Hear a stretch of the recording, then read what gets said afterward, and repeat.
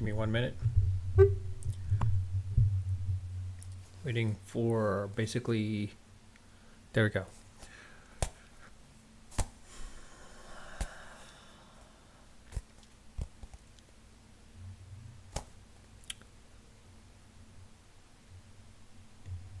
There. I I have no words. No words. Honestly, no words. You see the score. You see the score down here. I mean, 1-3. Giants are 1-3. Perfect. Their defense was okay, but it wasn't great. I mean, they couldn't tackle. The Giants could not tackle for the life of them, practically. And of course, the O line. I mean, the offensive line.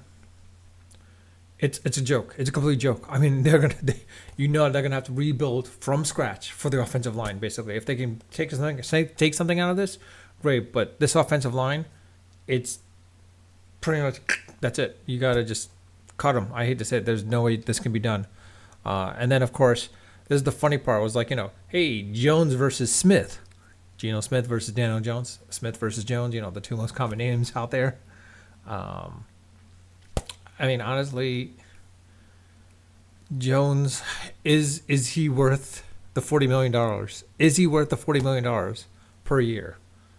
$160 million for 4 years. I mean, honestly, I don't know what the Giants were thinking.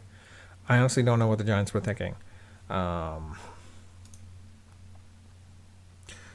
Sorry, I'm just looking at the stats right now. I mean, honestly, like for the Giants, I mean, Geno Smith had one interception with 110 yards.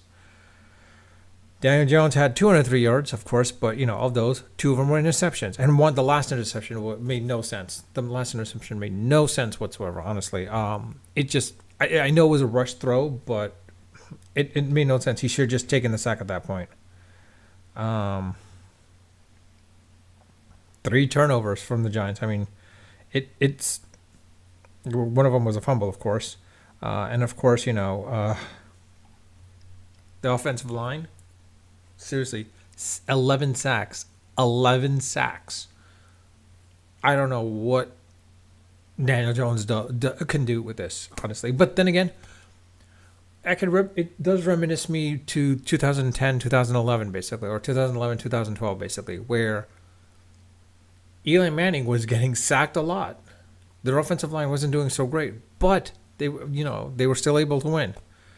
Jones, I mean, it's good to take the sacks, but if you're going to get the sack, just throw the ball away into the not to the end zone, but like out of bounds, anywhere you can, basically. Throw it anywhere out of bounds, basically, because it was not.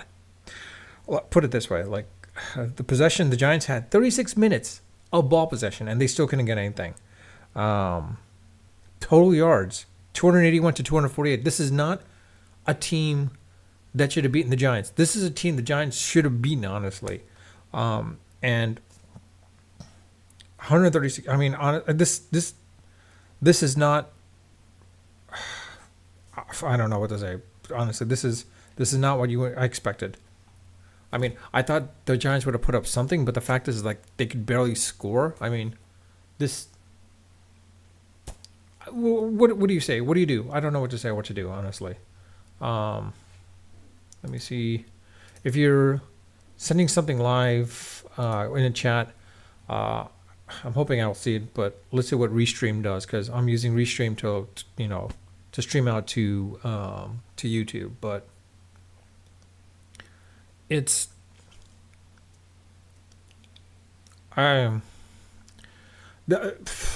honestly, the Giants might as well tank this season. They just tank it.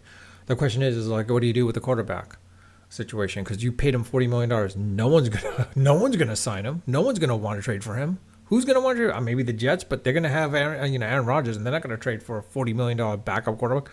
Who trades for a $40 million backup quarterback?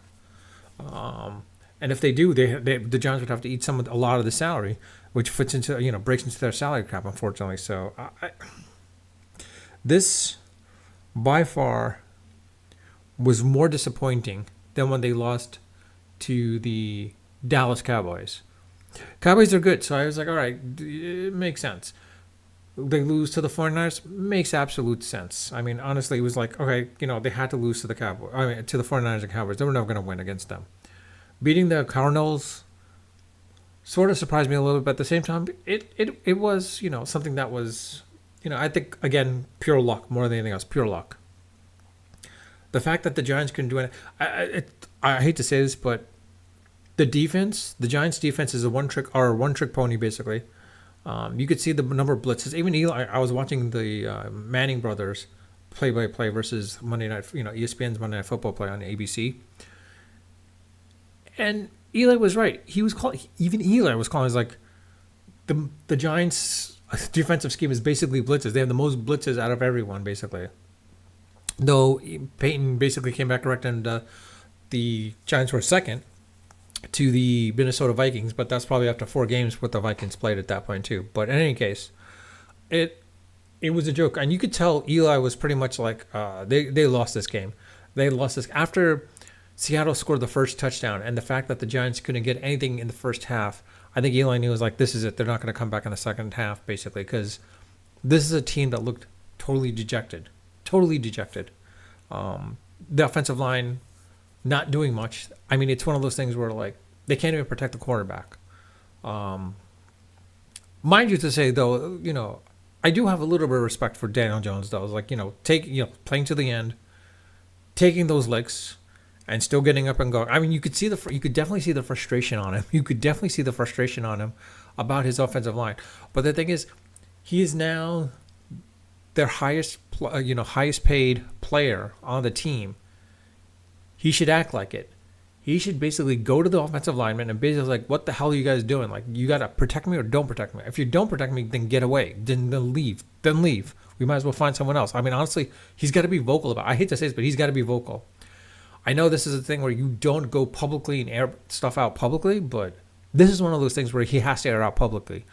Call him out. You have to call out your offensive line. Dable will probably most likely call out the offensive line a little bit subtly. He won't call it out outright. He'll probably call it subtly. But everyone saw what was going on. The offensive line pretty much was atrocious. They have no run game without Saquon. And with Saquon, it looks like the offense revolves around Saquon. That's pretty much it. The offense revolves around Saquon Barkley. And the fact is like, once every team knows how to like basically stop him, once they stop him, they could say, all right, let Daniel Jones beat us, because you know what? It's not going to happen, because all we got to do is sack him. All we got to do is blitz, because their offensive line is weak. Just blitz, blitz, blitz, and that's it. Because that's pretty much it. That's pretty much it. I hate to say it.